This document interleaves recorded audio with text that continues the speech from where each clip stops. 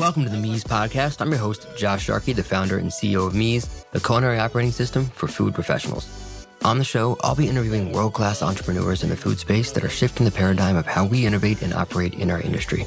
Thanks for listening, and I hope you enjoy the show. Yo, they say art mirrors life with every stroke of the pencil. I'm giving you folks a glimpse into. My guest today has had journalism in her blood since at least the third grade when she started her first school newspaper. She hosts the #1 podcast in the U.S. about women in food, among many other podcasts that she's created. She created the annual Jubilee Conference, which is the largest gathering of women in food in the U.S. And all of this as part of her media company, Cherry Bombe, which she founded in 2013, and still to this day serves as the editor-in-chief.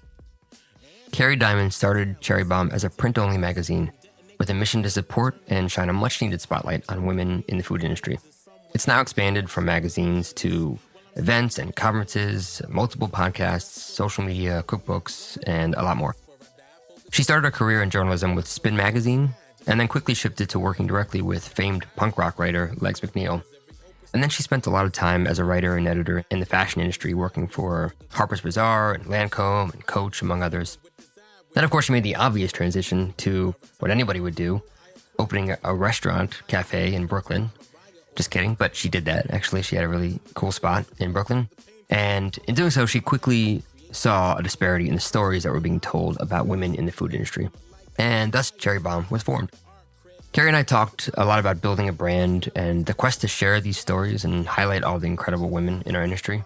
Some advice from Danny Meyer that she got that really helped her. What's next for Cherry Bombe, and of course, a lot more. I really enjoyed this conversation, and I think you will as well. So, as always, I hope you enjoy the show.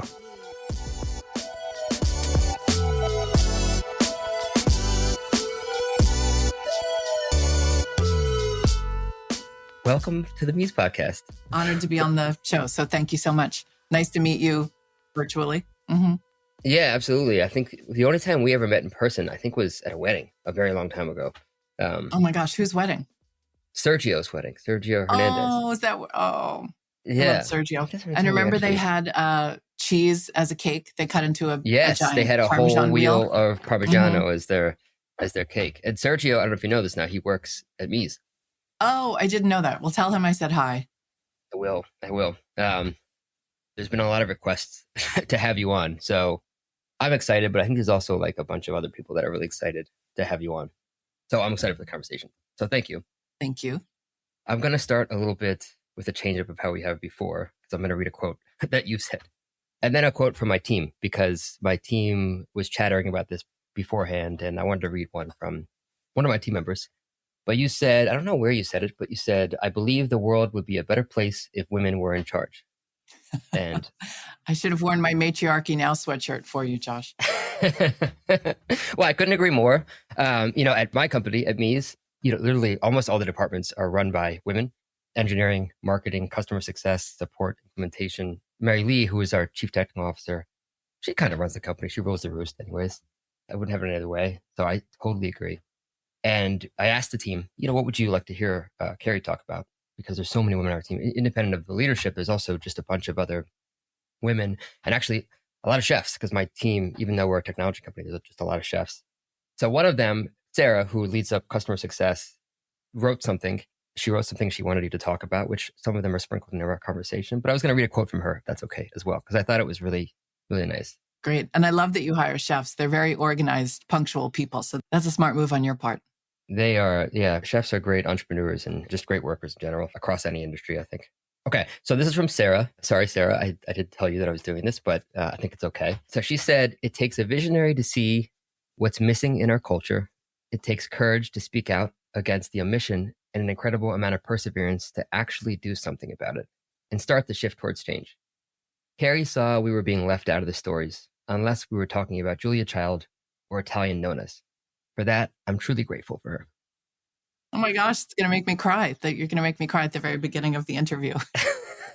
Well, so I wanted to do that to set the context of today, to just say thank you, because I really think what you've built is incredible. And you see the impact, not just in the kitchens, but all over the place. And I can tell you that not just myself, but my team is so grateful for everything that you're doing, as I'm sure as so many other people in the industry. So Thank you, Kerry. Wow, that means a lot. Thank you. I mean, Cherry Bombe, we'll talk about this, really is a community. And I, in turn, have to thank all the women who have been part of this wild ride for the past decade. Yeah, absolutely. Well, we're going to talk a lot about Cherry Bombe today. But before we get into that, I was doing a little bit of digging, and obviously most of your career was in journalism. Mm-hmm. Very clear that you've wanted to be a writer for your whole life. I think I saw Since like in birth. third grade, Mm-hmm. you started your own newspaper in school. So that's always a recipe for someone that's going to be a success, is when you live and breathe this. But at some point you ended up working for Legs McNeil. And I saw that. I was like, how the hell did that happen? Can you just tell me how you ended up working for Legs? And maybe for the audience, if they don't know who he is, or if they don't know about the Ramones and Sex Pistols and Clash and any of those companies, like a little bit about him. That's a different podcast. Legs McNeil is a punk rock journalist. He's still around doing his thing. Legs' claim to fame, although some people dispute this, is that he named the punk movement, the punk music movement. He was a kid, I think, from Connecticut, coming into New York City to go to all the punk shows on the Lower East Side and in the East Village, and had a hand-drawn fanzine called Punk. And the zine took its name from the zine. And he had a partner, I forget the guy's name, but he went on to found High Times magazine, I think. Wow. So you can still find copies of Punk out there. I think they're collector's items at this point, but Legs kind of recognized that something was happening and was doing all these interviews with the likes of Blondie and Television and the Ramones and the Dictators and all these other folks who were part of the downtown punk scene. That's cool. What? Oh, right. And how did I work for him? To answer that How did you, because you're from Staten Island, right? I am from Staten Island, yes, just like the New York Dolls, who are also part of the punk scene. Okay, let me think. How did I wind up working for Legs?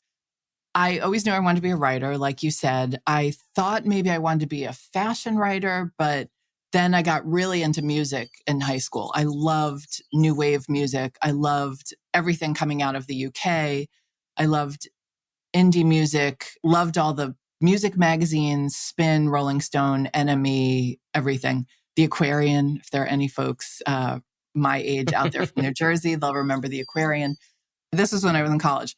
I applied for a bunch of internships. I had a really good mentor at the time, a woman named Holly Brubach, and I had asked her what to do because I got a bunch of internships, really good ones. Rolling Stone, I think maybe Jane Magazine, was that even around? There were 3 internships I got. One of them was Rolling Stone, one of them was Spin, and then there was another one. And I thought I should really take the Rolling Stone one because that was the most famous publication. And Holly said to me, take the one that will let you do the most. And I was like, okay, well, that would be Spin. So I took the Spin internship. They were located, I think, like on 18th Street, around Flatiron. And I showed up at Spin my first day of work. It was a really scrappy place. Like, they had no money. Everybody was young and just looked like they were into music. And there was just a lot of like indie music minded people there. And a lot of folks are musicians as well. And Bob Guccione Jr. was running it at the time. So I start, it's my first morning. I'm sitting at my desk. I look way too kind of clean and preppy to be working there. I was probably wearing I think I had on plaid shorts and a white t-shirt. And this guy walked in. Were you into punk rock? I was never into punk. I was wildly into new wave and saw everybody, New Order, The Smiths, Susie, Depeche Mode. I just loved going to concerts and just loved these bands so much. And the Pixies, I started to get really into like American alternative as well. So I was super into the Pixies at the time. Nirvana's first album had come out and everybody loved it. I was heavily into college radio, which we'll talk about, which is another reason why I love radio so much today. Yeah, so then I got heavily into like American indie music, Pixies, Replacements, all those folks. And it's my first day at Spin. I'm sitting at a desk and this guy walks in and I was like, oh my God, who is this guy they let walk into the building? He looked like he needed a shower and a place to sleep. And he had on sunglasses and leather pants, and the leather pants were held together with duct tape. And he goes, who are you? And I go, who am I? Who are you? And he goes, I'm Legs McNeil. And it was one of those like, oh my God, I'm not worthy. I'm not worthy. Like, he just was my hero at the time. the way a lot of chefs feel about Anthony Bourdain, I felt about Legs. Legs was our Anthony Bourdain, if you were into music and journalism back then. And I'm sure Bourdain loved Legs. I don't know if they ever met, but that would have been an interesting conversation to eavesdrop on. So I say to Leg, it's like, who are you? Who are you? And I said, oh, I'm Kerry. I'm an intern. I just started today. And he goes, you smell too clean to work here. And I probably did smell too clean. I think I was wearing White Musk by The Body Shop. I'm sure some of you out there remember that fragrance. So he goes, do you want to work for me? And I said, yeah, sure. And he goes, well, I work out of my apartment on St. Mark's Place. And I'm like, okay, whatever. He could have been a serial killer for all I knew. And so I tell Stacy, the intern coordinator, like, see you later. I'm going to work for Legs out of his house. And she's like, what? She's like, no, you're not. I was like, yeah, I just told him I am. And I literally just walked out with him. So that's how it started. And we worked out of his apartment. And it was a crazy 6 months. I'm curious what an internship is like at one of these magazines. Obviously, like a stage is like in the restaurant, or at least what it was like. I think it's a little different today. Paid, unpaid? Are you... Well, nothing paid back then, yeah. Devil Wears Prada kind of thing? Or Well, it was Devil Wears Prada for the people who were working in fashion. I mean, I later went on to fashion magazines. My internship with Legs was not a traditional internship in any way, shape, or form. I was reading something he wrote about Sinead O'Connor, and I had completely forgotten that he and Sinead had a major relationship. They might have even dated. And she used to call the apartment from time to time. People had landlines. And, I was just a young, kind of dumb kid and didn't think anything of it. But I loved Sinead so much. And that's such a sad story. So Sinead, rest in peace. Yeah, that's tragic. I have to imagine that experience had an influence on you. Do you feel like you still have some of what the energy was today in Cherry Bombe? Was there any impact of like punk rock on, or that just scene in general on what you do today? Absolutely. Yeah. I mean, I think about Cherry Bombe a lot in terms of bands, and how sometimes you have a band and they're only meant to be around for one album or two albums. And then some bands are meant to be around for a really long time. And I would like Cherry Bombe to be a band that's around for a very long time, still making music that people love. Somebody like a Neil Young or a Taylor Swift. That's the better analogy today. I mean, I think Taylor, she's already had such a remarkable career and she's so young. I mean, I think she'll be making music till the day she dies, which I hope is in her hundreds. Okay, we're gonna move on for this, but I just had one last question because I saw another note about Apocalypse Now. Apparently, Legs asked you to watch this movie and you were going to learn about writing. Is there some sort of correlation that we should know about? Yes, I think Legs thought because it was an internship, I was supposed to be learning things. And I was. I mean, I was learning things left and right. And getting to observe him was just an amazing internship in and of itself. And something that makes me so sad about work from home and virtual work now, because I just think it's so hard to have internships and it's so hard to sort of impart those things that are just in the air that you only learn from observing somebody doing their job and being so passionate about what they do. But yeah, Legs, I think he felt like I needed to be learning something from him specifically. So he said, I think I'm supposed to be teaching you stuff. What do you want to learn? And I said, I want to learn how to write a great first paragraph, which for those who don't know is called a lead. And I think it's spelled L-E-D-E. So if you ever hear a journalism person use the word lead, that's what they're talking about. And he thought for a second, he's like, okay, sit down. And he puts on a VHS tape of Apocalypse Now and leaves the apartment. So I don't know what I learned about writing a lead from that movie, but it definitely reinforced my belief that war is bad and men should not start wars. They should focus on diplomacy. Well, at least you learned how to start one paragraph from that. So there we go. How did it start? What's the origin story of Cherry Bombe? I remember you a little bit before Cherry Bombe. I actually don't remember like that time when it was coming about. So how did that happen? So I was working at Lancome at the time. I was the head of PR for North America. I had left journalism behind for a little while. And I started dating a chef and we opened a restaurant. And I was not from the industry. I had never waited tables. I never worked in a restaurant. I had a paper route. I worked in bookstores. I had internships. I had done things like that. So we owned this restaurant. It kicked my ass in every way. I just thought it was the hardest thing I had ever done. I was just in awe of the people who are making the restaurant industry work. And I couldn't help but notice that women were treated a certain way in the restaurant world and by the food media. I had come from a world that was so female centric. I worked at Harper's Bazaar. I worked at Women's Wear Daily. Like I said, I was at Lancome. My world was women, essentially. If you've seen Barbie, it was not too different from Barbie Land. That was kind of the bubble that I was living in. So to move over to restaurants and be in it at a time when the industry was so broy was very shocking to me. And I couldn't help but notice women were sort of treated as second-class citizens. Male chefs were just revered. And even though women were running the food media world, they were still prioritizing the stories of men. And it just seemed so, I don't know, it just seemed so strange to me. So that happened. I observed that. And then my partner in the restaurants, a very talented chef named Rob Newton, he was being asked to do a lot of food conferences and food events at the time because you probably remember, Josh, there were so many food conferences back then and food events. Mm-hmm. There were big things happening every single weekend. And my role in the restaurant was to kind of pick up all that stuff that nobody else did. So I would organize these things for Rob more or less. And you always ask, who else is participating? And they would tell you the other chefs, and the organizer would give me the list of all the chefs taking part. And I would say to them, there are no women on that list you just read to me. And they would say, oh yeah, we know. Do you know any? And I was like, what? You've got to be kidding. Or they would just be completely oblivious, like it didn't even matter or care to them and they hadn't noticed. Yeah. And it just, all these little things were adding up. Food and Wine's Best New Chefs would come out and there'd be like one woman on the cover and all these events. And it just all started to stew in my head. And I don't remember the how or the when or the why, but this idea for a magazine about women doing super interesting things in the food world popped in my head.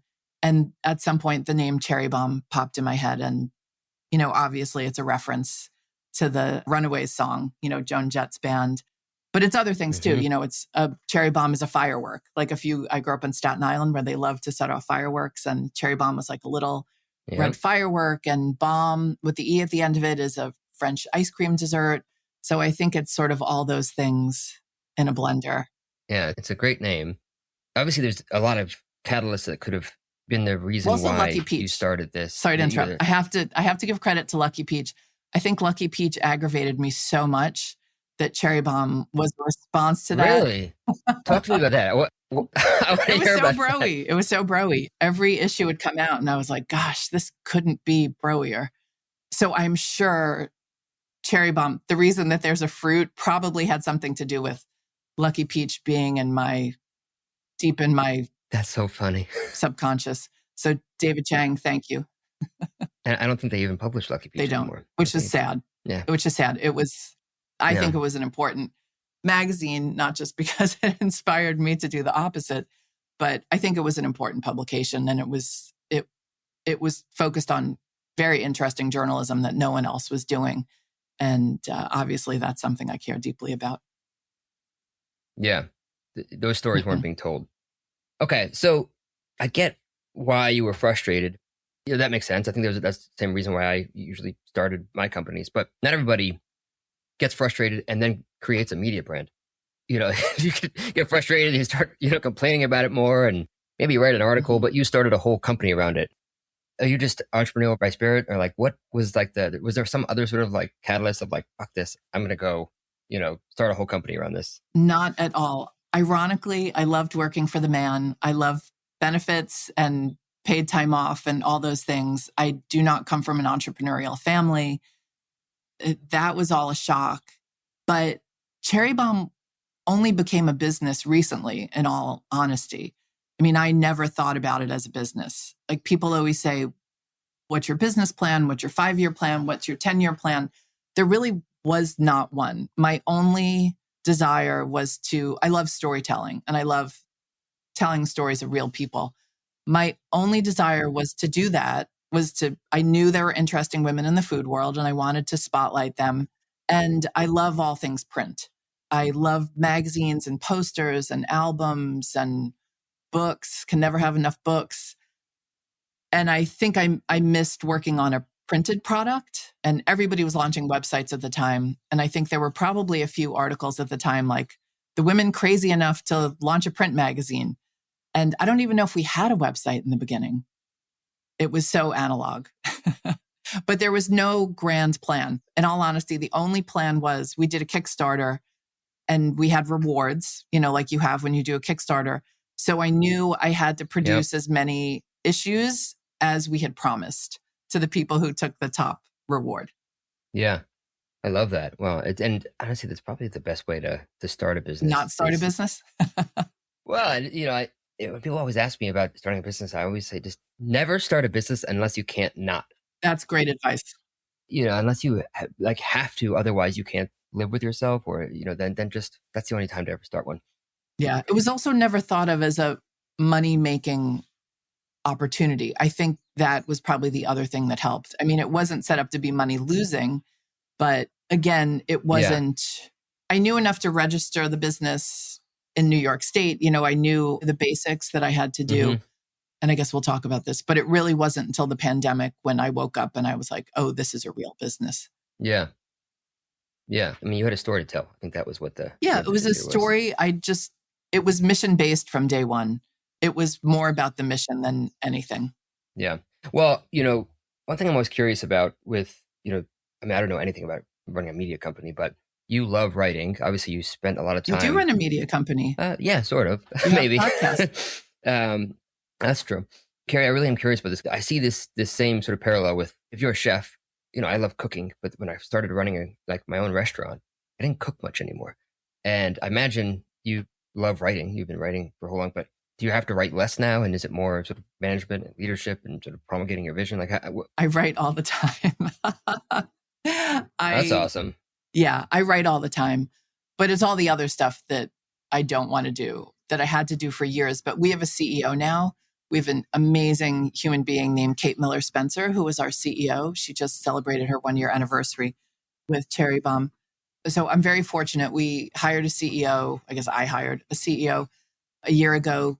Amazing human, Kate Miller-Spencer. She just celebrated her 1-year anniversary, and I couldn't be happier. Kate sees big picture. She is so brilliant, and she has taken a lot of things off my plate that I am just not naturally gifted at. Sorting out health insurance for everybody, all kinds of benefits, taxes, accountants, lawyers, all those things that just really hurt my brain a little bit. Mm-hmm. That's the best, is once you get to a place where you're are you familiar with the zone of genius? I am not. So there's these 4 zones in anything you do. The zone of incompetence, which is obvious, things you're not good at doing. The zone of competence, things that you can do. The zone of excellence, which is the most dangerous thing. The things that you are really good at but don't love to do. And then the zone of genius, which is the things that you're really good at and you love to do them. And everybody should be operating in their zone of genius. And but you don't necessarily get paid for those things. There are lots of things I'm genius at that don't translate to a career. Well, that's not, I would disagree. This is what you do, and you created, manifested this company, and it wouldn't be here without you. So I'm sure that it's a big part of what you do, but it's tough to only be in your zone of genius. But having Kate around, I'm sure, helps a lot to sort of take some of those things off your plate. And absolutely. Okay, so obviously Cherry Bombe has had this huge impact on so many women in our industry, probably outside of hospitality industry as well, I would presume. But I'm curious, is the mission evolving from, women are sort of underserved, obviously, in so many ways. Have you thought about it evolving to other underserved segments of the world, or is it always going to be 100% women? Or I mean, I wouldn't say it's always been 100% women. I think that's what we said in the beginning, that it was all about spotlighting and supporting women in and around the world of food. The team and I have expanded that over the past few years to include culinary creatives, because I think there are a lot of people who identify with what we hold dear at Cherry Bombe as an organization. So I am happy for it to be a home, a home of sorts to anyone who wants to take part in Cherry Bombe. I mean, we've never excluded anyone. I remember in the first few years when we had our conference, Jubilee, which has become, the biggest gathering of women in the food world around in the US, which is really exciting. it sells out every single year. And every year my guy friends are like, oh, I didn't buy a ticket because I know guys can't buy tickets. And I'm like, on what planet can't guys buy tickets? So guys do come every year. Some guys do find a way to buy tickets. But yeah, I mean, Cherry Bombe, it is still primarily about women in the food world because we have to be honest, things are not equal yet for women in the food world, even here in the United States. There are still some kitchens that really don't want women in them. Healthcare is a big issue for so many women because they have their families and themselves to think of. Women who want to start families, kitchens are not necessarily welcoming places for pregnant women, for pregnant individuals, for anybody who wants to start a family. The hours are just not conducive to when childcare is available. So I think we've got those things to still sort out. There's still a lot of work to do on behalf of women and just talking about those issues. I mean, in all honesty, we didn't even really talk that much about, well, you know what? That's not true. I take that back. I mean, our very first Jubilee, we had a whole segment about what it was like being a working mother. So it's something we have addressed in the beginning. And we've done a lot more recently about it. Last year, we had Camilla Marcus. I don't know if you know Camilla from Westbourne, who really has just been so tireless in speaking about the plight of working families in this industry and childcare. She spoke at our Jubilee conference. She wrote an essay for us, an essay that she couldn't get published anywhere else except Cherry Bombe, and we were happy to write that. We just had 2 women who are pregnant on our cover, 2 of the 3 women who are at King and Jupiter. We are shooting someone else who's pregnant for our next cover. We just had Lena Chardullo from Union Square Cafe on our podcast. She has 2 young boys. We talked about how she handles childcare, and she talked about having a nanny, and that's not something women are always asked, because you've probably heard this. Women get kind of pissed off being asked that because they're like, well, men are never asked that question. But then, okay, that's totally valid. But then we're not talking about it. And it just remains this mystery as to how people take care of children. And we all know it's primarily left to women to sort it out. So we're trying to be way more intentional about those conversations. Yep. Yeah. So it sounds like there's still a lot of work you have left to do. Yeah. I mean, there's way more opportunity for women today. If I had to say what has happened over the past decade, it's that women are no longer second-class citizens in the restaurant industry or in the hospitality world at large. And women, I think because they loved food and gravitated toward food, in their hearts and their minds, but they were shut out of kitchens, they figured out other things to do. And we're benefiting from that today in terms of all the amazing recipe developers and food stylists and cookbook authors and influencers. And, there are just a lot of people doing very cool things like yourself. People who love food have figured out other avenues into it that don't involve working as a chef. Yeah. I love that. Being a husband to a wife who gave birth to 2 kids, it is no freaking joke. She was working up to the week before she gave birth, and she's an event designer. Like the amount of, that they have to, have to endure, just independent of just the work, and then to work on top. It's insane. It's not something the restaurant industry should have to figure out. I mean, this country just is awful in terms of how it cares for families and provides support for families, for working families.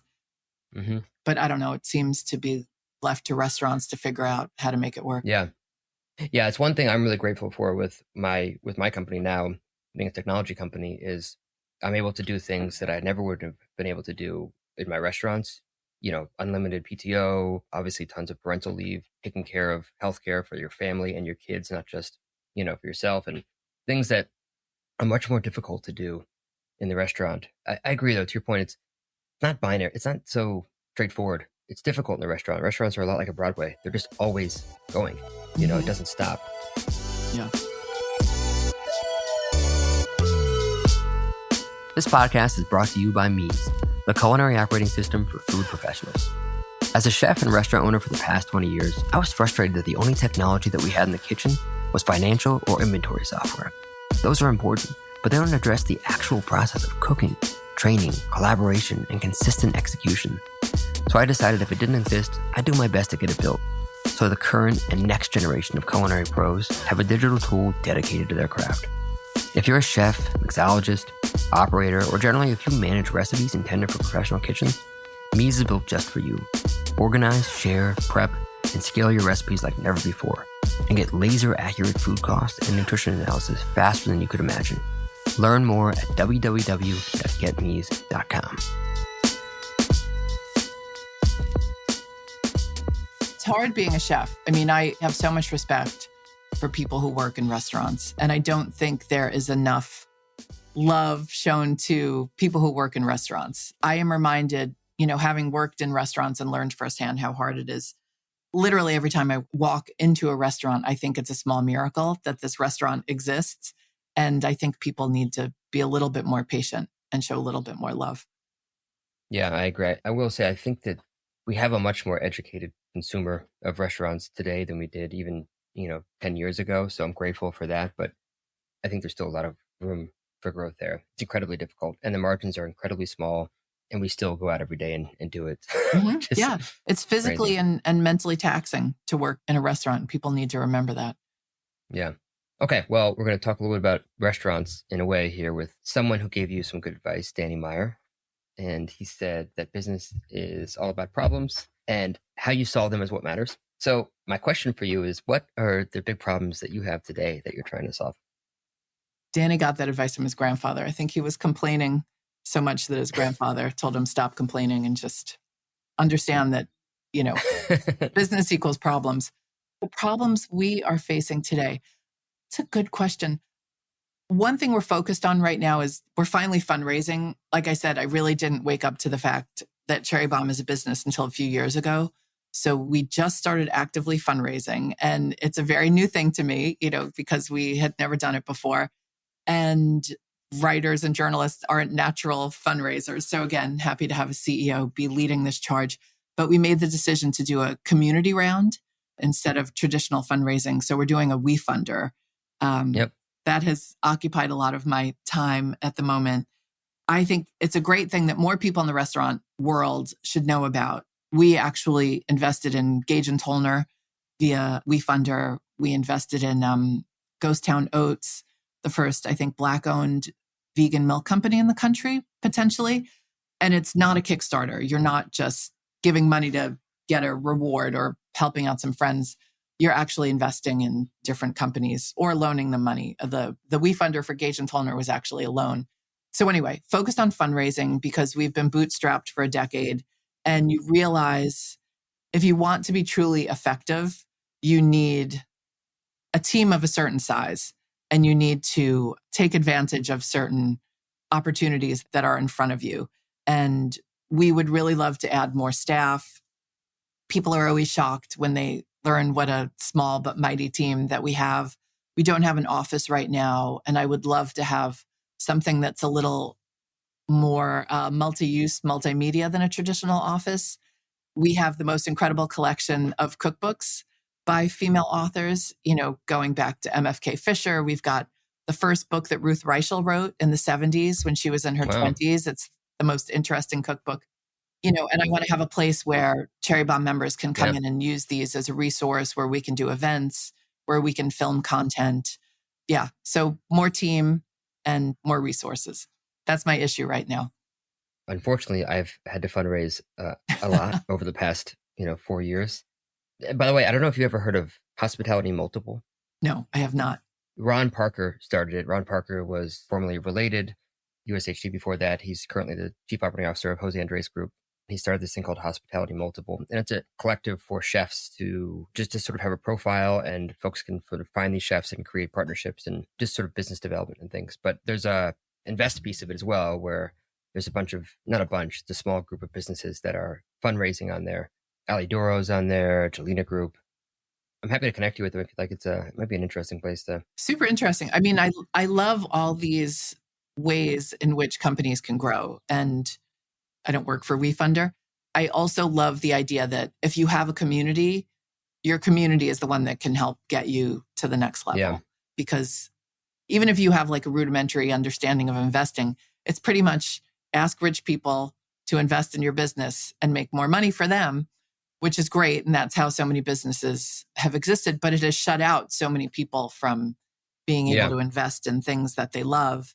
Yep. Cherry Bombe would be nowhere if not for the Bomb Squad. And I do think if we're going to grow and benefit, the community at large should benefit. Yep. So we're going to move on a little bit because you were mentioning Jubilee and I have a lot of questions there. How cool that you created the largest gathering of women in food in the US. That's pretty insane. You also have all these dinner series that you do that I was interested about. I was curious how you think about Cherry Bombe, because you started it as a print magazine and now you have all these events. And I think that, one sort of feeds the other. One, was the plan always to have events like this? And do you feel like you would be able to decouple the event business from the print and media business?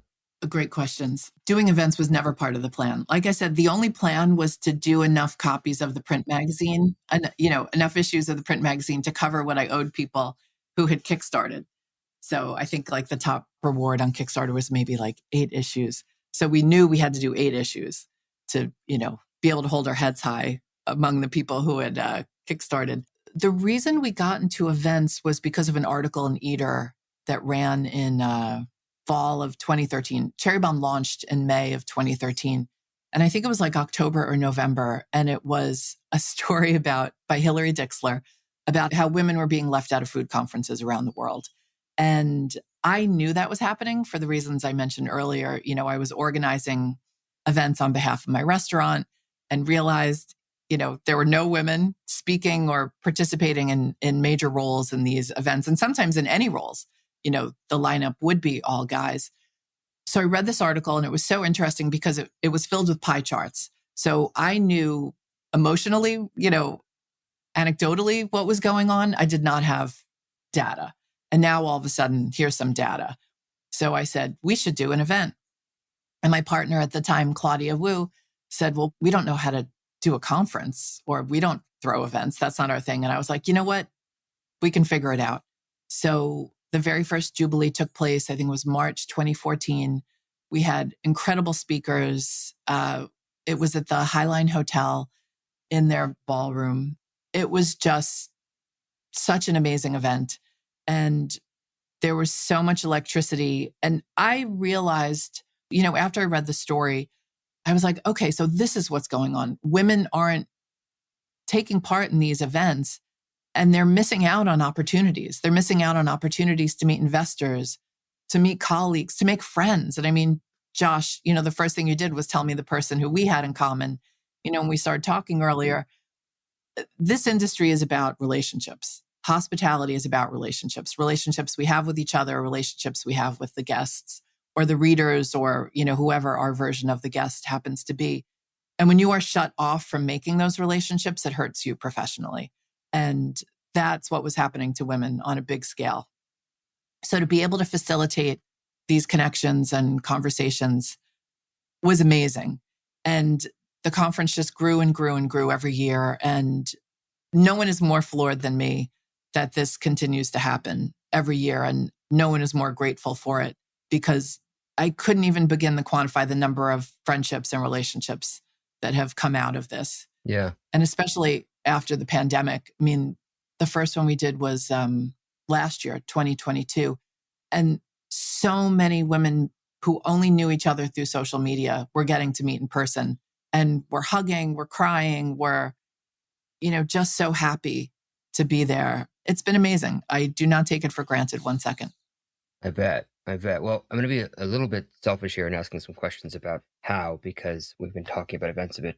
I'm sure the first one was amazing, but I imagine the delta between like how good the one last year is from the one in 2014 is huge. What makes a successful event? What went wrong that you learned from? Mm-hmm. How do you make sure that it is successful? And then how do you measure success of these things? Yeah. You are constantly fine-tuning. I mean, I think that's life. You're constantly fine-tuning things in your personal life, in your professional life. So Jubilee is always a work in progress. And when we started out back in 2014, the term intentional gathering wasn't a term that was thrown around. If you haven't read the work of Priya Parker, I definitely suggest that you read what she's written about gatherings. And we were kind of naturally doing what she talks about. The one thing that I would like us to be better at is facilitation of networking. That sounds kind of nerdy. And you want to just think that that can happen naturally. And it absolutely does. But so many women and other individuals come to our event by themselves and they are not necessarily natural networkers. And, you know, if you're a little bit shy or an introvert, those things can be very, very hard. So we tried this year to have some networking and some meetups. So we did like a first timer meetup. I think it was like at the Kerrygold station. You know, if you were a first timer, go meet there. And we had some people helping facilitate it. We did one for entrepreneurs and CPG, people who had launched in the CPG space at Whole Foods at one point. And I forget the other, I think we had maybe 5 different meetups at the different spaces throughout our venue. And I would say that they were semi-successful. I would like to fine tune them even more next year. I think we can get even more intentional and organized about the networking. And you know, it's so funny. We had lanyards that had people's, you know, were you staff? Were you an attendee? Were you a speaker? But we didn't have name tags this year for whatever reason. I don't even remember why. I think because one year we had name tags that were so hard to peel off the adhesive that it just made us all crazy. So we were like, no more name tags. And we always survey the attendees. And the number one thing this year was, could we please have name tags next year? So sometimes it's the little things. That's so funny. I would never have assumed that. I always took mine off.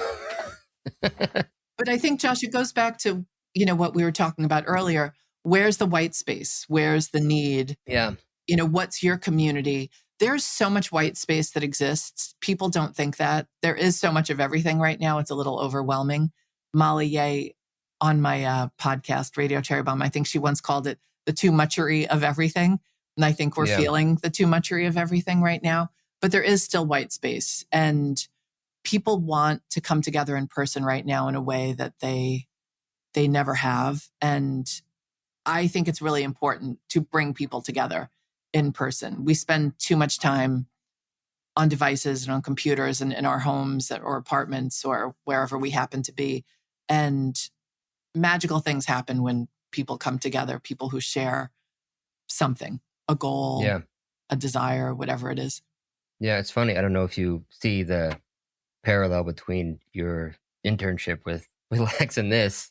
He saw white space in punk rock and started what he did, and you've done the same with women. So you definitely at least pick something up there. Yeah.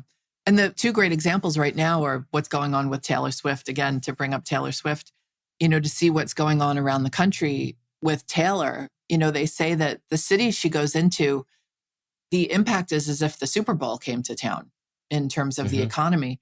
And the Barbie movie, groups of people just getting together to have a collective experience. You know, they're dressing up, they're going with their friends and their mothers and other people in their circles. And we are craving something as humans right now. And I think that is getting together. And if you can facilitate that, that is a great thing. You know, the idea of white space, I think, is really interesting too, because I think most people probably know it's there, but the common response is somebody's probably already doing that, or, you know, somebody's probably already tried and didn't work. I wouldn't do that. But most people probably take for granted is, no, if you see a white space, just go fucking do something about it. Because if you don't, it might not happen. We did that. You know, you would think that there's no white space left in podcasting, but there actually is. We have so many incredible bakers and pastry chefs in our community. We just did not have enough space to be telling their stories at the level that we needed to. So we decided to do a podcast that we launched in February called She's My Cherry Pie. It's a really fun deep dive with the top bakers and pastry chefs in the country. We just had Christina Tosi on. It's hosted by Jessie Sheehan, who's a really talented baker and author. And it's now the #1 baking podcast in the country. There are tons of baking podcasts, but I think our approach was unique. It's not just running through somebody's career like we do on Radio Cherry Bombe, but it's a really nerdy deep dive into their signature baked good and the how and the why and the technique and the ingredients behind it. So if you had come to me and said, I want to launch a baking podcast a year ago, I probably would have been like, good luck. Yeah. That's so interesting. I have to check that. It sounds like we also have a lot of Well, I guess they're customers of mine and they're just followers of yours, but we have so many bakers using these. Wait, you have to, I know this is your show, but tell people, in case there are some of Cherry Bombe people who come over and listen to this who aren't familiar with your thing, give us your elevator pitch. Now I'm interviewing you, Josh. Sorry, it's inevitable. No, it's okay. Well, I mean, you speak about white space. I think it was the same thing. I was a chef and a restaurant owner my whole life. And after, owning restaurants for a while, I realized like there's not a tool built for us. And I started trying to find something so I could run my business and something for the kitchen, something for us craft cooking. And I realized nothing existed. And then I started getting more and more upset. I realized like, okay, designers have Figma and architects have AutoCAD and engineers have GitHub and we have nothing. All we have is like finance software and like accounting or inventory. And so Mise is essentially, what Figma is to designers, Mise is to chefs, right? It's our tool. It's our digital toolbox for the entire sort of culinary operating system. But primarily, it is the greatest recipe tool in the world. I think I spent, 3 years just maniacally focused on building the best recipe tool that a food professional could have for all the things that we do with scaling and converting and all that jazz. And so that's what we do. And so we service over 24,000, chefs and thousands of restaurants, and they use it to run their kitchens and train and organize and scale and scale batches and, get nutrition and costing and all that jazz. So it's sort of the all-in-one recipe tool for chefs. We also have a lot of bakers because of the scaling and percentages and things. And that is so important in baking, more so maybe even than cooking. Oh, yeah, absolutely. Well, thank you for letting me explain that. And even your listeners, I've listened to your show and you don't treat your show like a giant advertorial. No, I try my best not to. There you go, Mise listeners. Now you know. Well, let's talk about the podcast, though, because you now have like at least 4 that I know of podcasts in the realm of all the things you do. The number 1 podcast in America for women in food, also the number 1 for baking. You have The Future of Food Is You, new one that's really cool. And just won a James Beard Award, which shocked us all.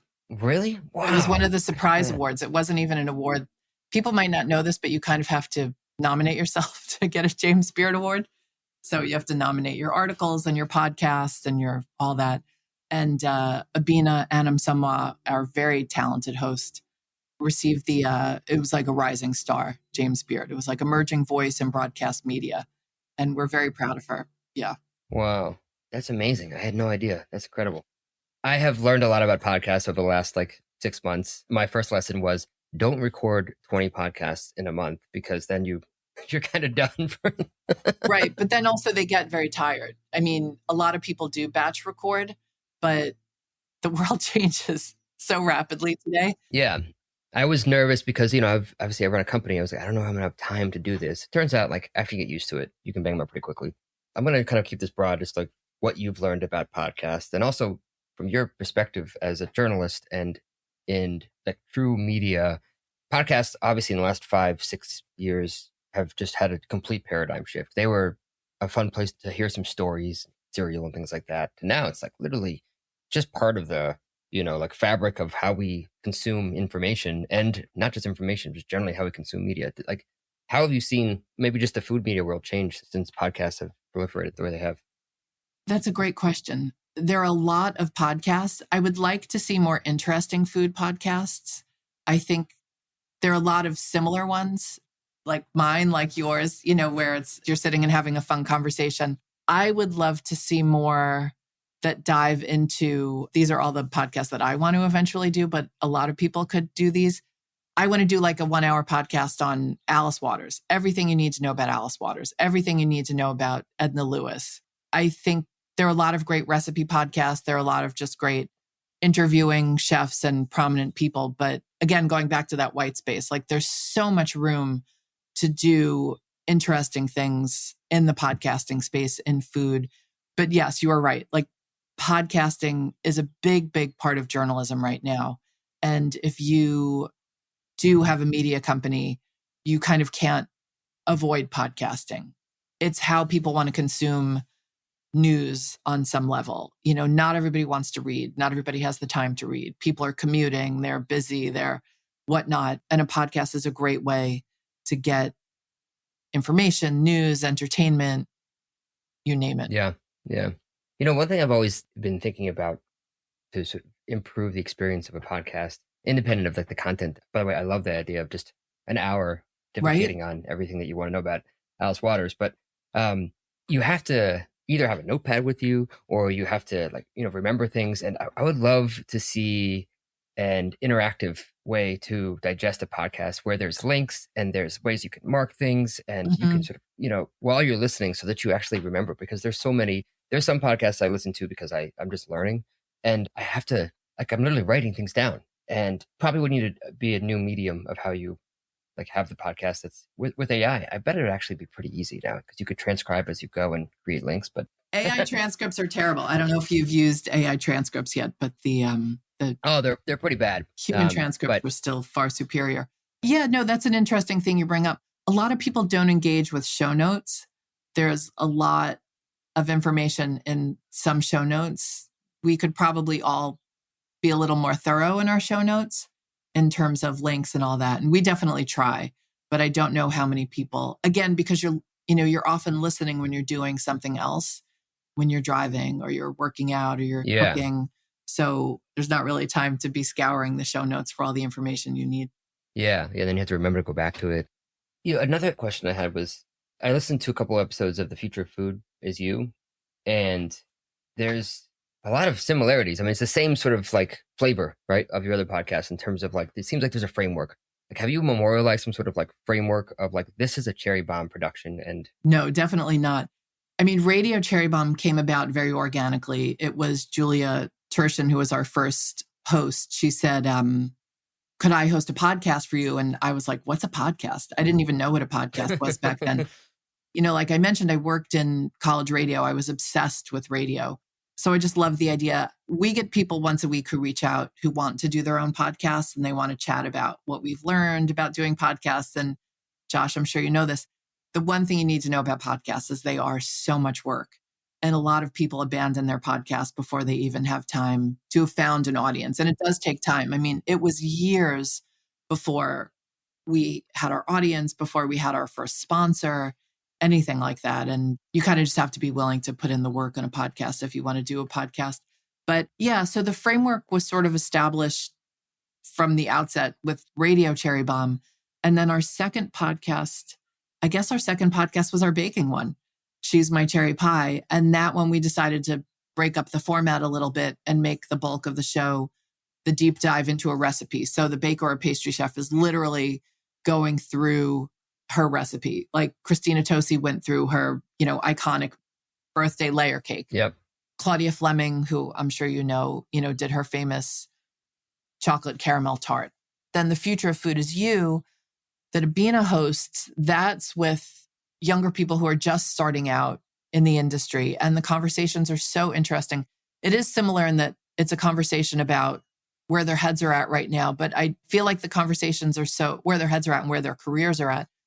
But I feel like it's so different because on Radio Cherry Bombe, it's Ina Garten, it is Alice Waters, it's Nigella Lawson, it's, people who are more established in their careers, although we definitely have some newcomers from time to time. So Abina's, I feel like, is such a fresh, different take on the industry and where it's headed.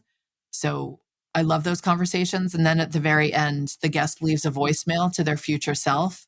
And if you're ever feeling really bummed out about the world and where it's headed, I suggest you listen to this podcast. You'll be a lot more optimistic about the future. And then the other podcast we do is we do an HBO official companion podcast. Well, Now it's Max, I guess, a Max official companion podcast for their scripted series about Julia Child. That obviously is on hold because of the writers and the actors strike. But the show is supposed to come out in October. I do not know if there will be a companion podcast for season 2. So we'll find out. I hope the actors and the writers come to a successful resolution because, I love actors, but I adore writers. Where the hell would we be without writers? So I would. Yeah, what's your take on the? It sucks. That's my take. A lot of friends are out of work. Any great entertainment starts with a writer. You can't get around that. You don't have a movie if you don't have a screenplay. And if you don't have a writer, you don't have a screenplay. So that's where it starts. It's like doing food without a chef or a cook. Yeah. more and more things are being automated. I was just hearing like Chipotle has this new machine that makes guac in half the time. Okay, fine. But do we really all want meals that are made by robots? I don't think so. Do we want scripts written by robots? No. I don't think you can have any net new ideas if you don't have writers, because even if you automate things, it's all automated based on historical information. How do you think it's going to play out? Like, what do you think do you have a sense of how this is going to end? I don't know. I'm not in the business of predictions.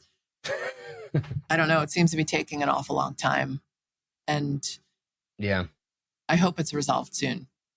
Things like that are painful. You know, it's not just for the writers and the actors, but there are so many people around them. You know, from my past lives, I have so many friends who are makeup artists and hairdressers and stylists, and those folks don't have work right now. You know, restaurants suffer. You know, talk to any of your friends in Los Angeles. You know, it's not great when people aren't having business lunches and doing things like that. Yeah, no, there's so many visual effects folks and key grips. There's on and on and on that get impacted. So I hope it ends in too. So we were talking about the podcast, and now you have 4 of them.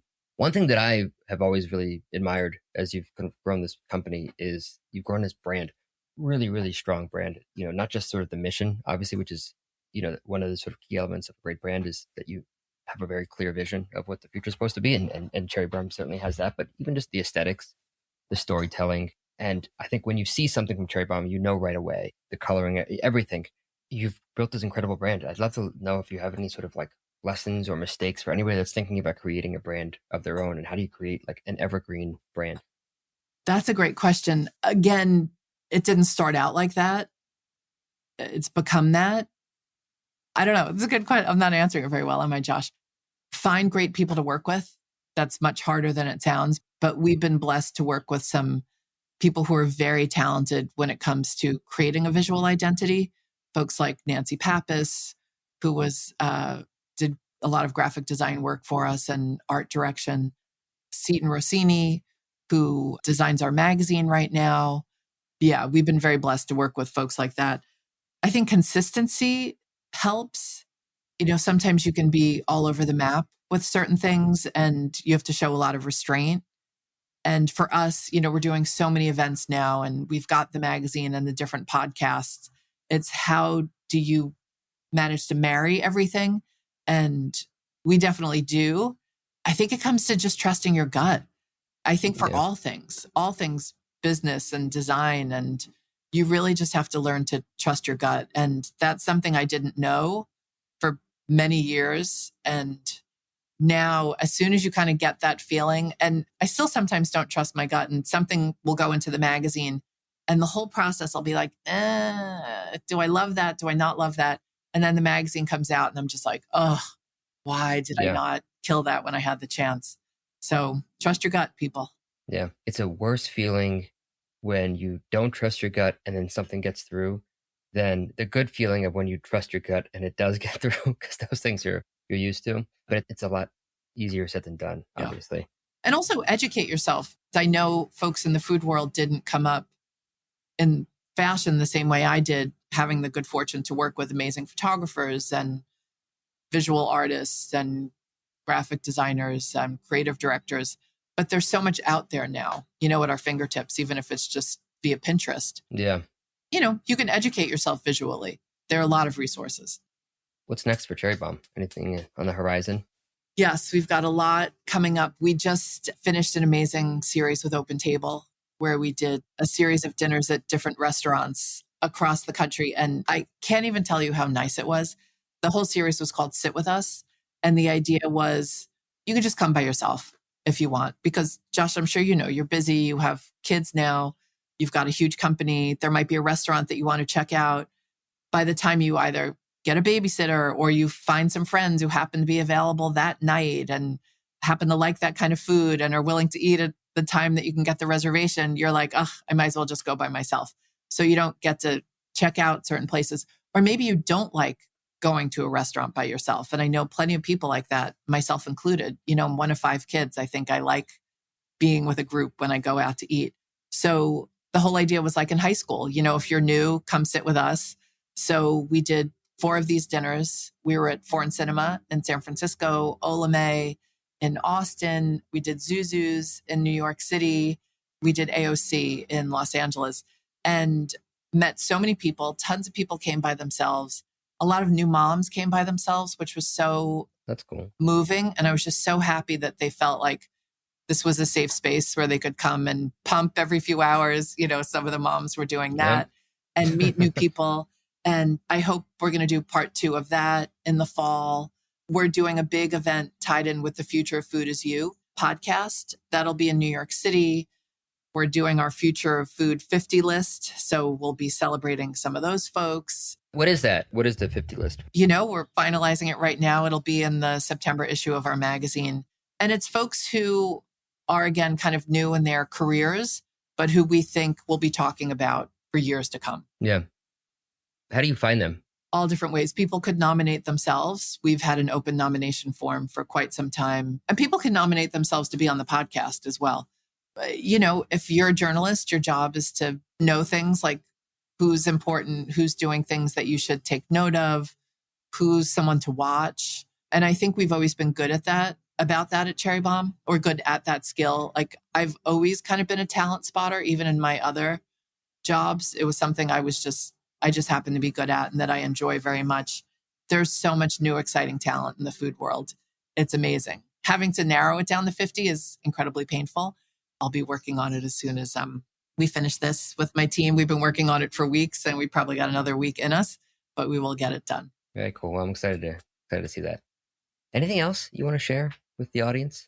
Support women in the food world. You know, there are a lot more female chefs than there ever were before. I think everybody should know who the female chef is in their community, or if you're lucky, there are multiple female chefs or female-owned businesses. Go support them, but also, you know, support the indie food businesses in your community. You know, they're there when we need them, but they need us all the time. So, you know, support them when you can, and don't gripe about prices so much. I know everything's so much more expensive when you go to a restaurant. It's a little painful, but things are expensive now. And it costs a lot of money to have people working in restaurants and transform those raw ingredients into the beautiful thing that's on your plate. So yeah, I know it's not within everybody's means to support restaurants a lot. Cool. But support however you can. All right. I could not agree more. And show them love on social. That's an easy way. You know, if you've got a favorite place in town, like make sure you follow them on Instagram or whatever it is and leave a comment.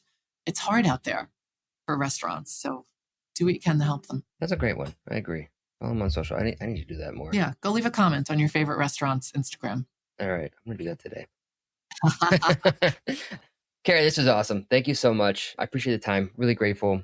I know my team wanted to say thank you as well.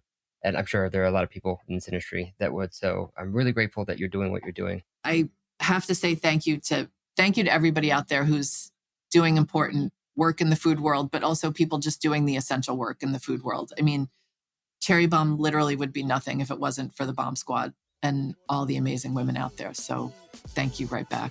Josh, thank you for your time and for what you're doing too. All right, Kerry. Appreciate it. Thanks for tuning into the Mies podcast. The music from the show is a remix of the song Art Mirror by an old friend, hip-hop artist, Fresh Daily. For show notes and more, visit getmees.com/podcast. That's GETMEEZ.com/podcast. If you enjoyed the show, I'd love it if you can share it with fellow entrepreneurs and culinary pros, and give us a 5-star rating wherever you listen to your podcasts. Keep innovating, don't settle, make today a little bit better than yesterday, and remember, it's impossible for us to learn what we think we already know. See you next time.